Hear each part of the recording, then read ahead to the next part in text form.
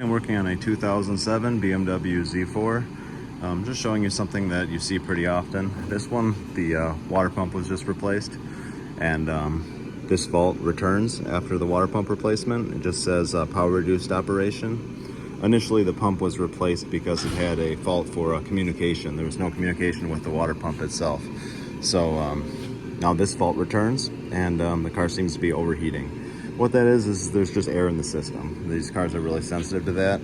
On a lot of the other models, it's pretty easy to just turn the pump on with the engine off by getting inside the car, putting the ignition on, pushing on the gas pedal with the defrost and the blower motor on max, and then it'll just start circulating coolant on its own. But on this one, just the way it's set up, that doesn't really work the same way. The return back to the reservoir is not set up the same way, and it has this cover over the entire front of it. So the bleeder, you have to pull all these little plastic grommets and stuff like that just to get to this bleeder screw that's right here.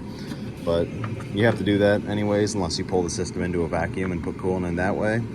So once you pull that cover off and you add coolant to your reservoir here, you're going to have to crack your bleeder and just let all the air kind of hiss out with this thing running. Or you can go in with the scan tool and actuate the pump and then let it bleed through that way. But whatever the case, you need to get to this bleeder. You need to have the cap off, adding coolant while coolant is starting to flow out of this bleeder, and that should take care of your problem. After you're done with that, clear the fault, and you should be good to go. So that's all.